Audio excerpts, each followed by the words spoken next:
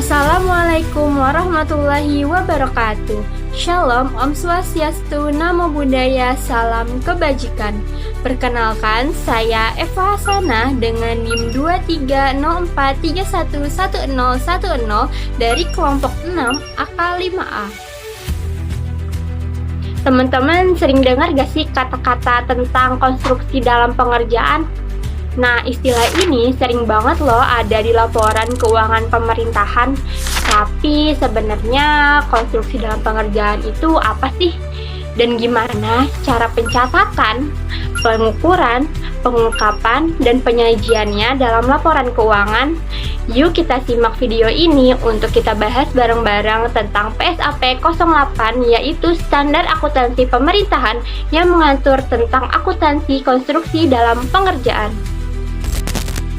Konstruksi dalam pengerjaan merupakan bagian penting dalam laporan keuangan pemerintah karena menunjukkan seberapa besar nilai aset yang sedang dibangun namun belum selesai pada akhir periode akuntansi. Dalam laporan keuangan pemerintah daerah Provinsi DKI Jakarta tahun 2024 dijelaskan bahwa konstruksi dalam pengerjaan adalah aset-aset tetap yang sedang dalam proses pembangunan, namun pada tanggal laporan keuangan belum selesai seluruhnya. Konstruksi dalam pengerjaan mencakup tanah, peralatan dan mesin, gedung dan bangunan, jalan, irigasi dan jaringan, serta aset tetap lainnya yang proses perolehannya dan atau pembangunannya membutuhkan suatu periode waktu tertentu dan belum selesai.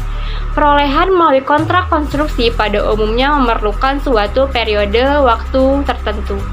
Periode waktu perolehan tersebut bisa kurang atau lebih dari satu periode akuntansi.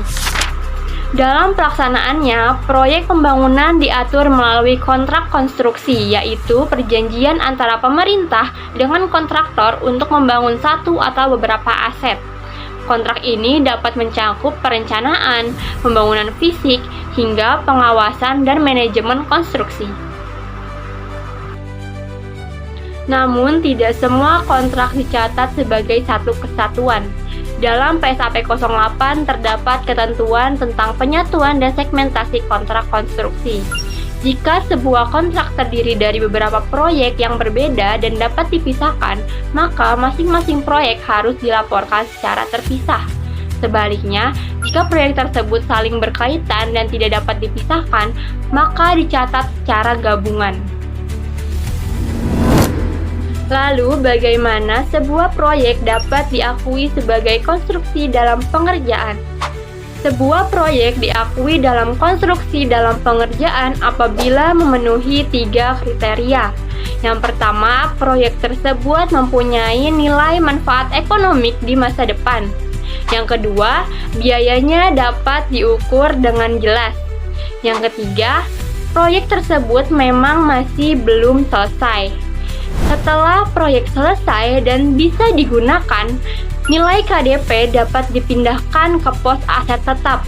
Jadi yang tadinya itu adalah konstruksi dalam pengerjaan, maka dipindahkan menjadi aset tetap, seperti jembatan, gedung, jalan, dan irigasi jaringan. Dalam pengukurannya, KDP dicatat dengan biaya perolehan. Biaya ini mencakup seluruh pengeluaran yang berkaitan langsung dengan kegiatan pembangunan seperti bahan, upah pekerja, sewa alat, serta biaya asuransi. Jika proyek dibiayai melalui pinjaman, biaya bunga selama masa pembangunan dapat dikapitalisasi, artinya ditambahkan ke nilai aset selama proyek tersebut masih berjalan. Tapi kalau proyeknya berhenti karena force majeure atau hal di luar kendali, bunga tersebut tidak dikapitalisasi tetapi langsung dicatat sebagai beban. Pada akhir periode, pemerintah wajib mengungkapkan seluruh informasi terkait proyek konstruksi dalam pengerjaan. Pengungkapan tersebut meliputi nilai kontrak, tingkat penyelesaian, sumber dana, jumlah pembayaran, uang muka, serta retensi yang masih ditahan hingga masa pemeliharaan berakhir. Informasi ini disajikan dalam catatan atas laporan keuangan untuk menjamin transparansi publik. PSAP 08 mulai diterapkan secara efektif sejak tahun anggaran 2010 dengan masa transisi selama 4 tahun. Sejak saat itu, semua entitas pemerintahan diwajibkan melaporkan kegiatan konstruksi sesuai standar ini agar laporan keuangan menjadi lebih konsisten dan dapat dipertanggungjawabkan.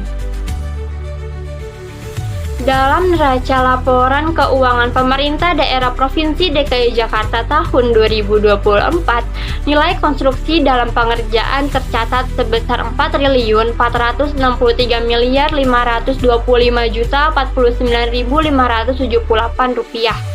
Angka ini menunjukkan kenaikan sebesar Rp2.072.076.011.937 dari nilai KDP pada LKPD tahun 2023. Penambahan ini berupa belanja modal tahun 2024 serta reklasifikasi dari aset tetap selain KDP. Selain itu juga terdapat pengurangan sebesar Rp851.487.786. Pengurangan ini berupa reklasifikasi ke aset tetap, penghentian konstruksi dalam pengerjaan, reklasifikasi ke aset tetap KDP yang tidak digunakan dalam operasional pemerintah. Nilai konstruksi dalam pengerjaan pada Provinsi DKI Jakarta tahun 2024 sudah disajikan sesuai dengan PSAP 08. Nilai konstruksi dalam pengerjaan mencerminkan proyek-proyek infrastruktur yang sedang dibangun, seperti pembangunan sistem hidran balai kota, pembangunan rumah pompa, dan pembangunan puskesmas. Setelah proyek selesai diserahkan, nilainya dipindahkan ke aset tetap. Contohnya, reklasifikasi ke aset tetap selain KDP atas penyelesaian bangunan gelanggang remaja wilayah Jakarta Pusat, Jakarta Timur, dan Gor Cakung Barat. Reklasifikasi ke aset tetap selain KDP atas penyelesaian trotoar dan jalan tembus Lebak Bulus. Dan untuk penghentian KDP ini sudah diungkapkan di dalam CALK. Ini menunjukkan bahwa pemerintah sudah sesuai dalam penerapan PSAP 08-nya.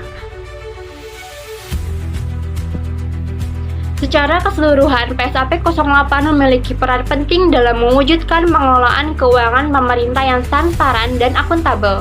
Standar ini memastikan bahwa seluruh kegiatan pembangunan tercatat dengan benar, dilaporkan dengan jujur, dan menjadi dasar evaluasi terhadap kinerja pemerintah. Dengan penerapan PSAP 08, konstruksi dalam pengerjaan tidak hanya menjadi angka di laporan keuangan, tetapi juga cerminan nyata dari pembangunan yang sedang berjalan untuk kesejahteraan masyarakat.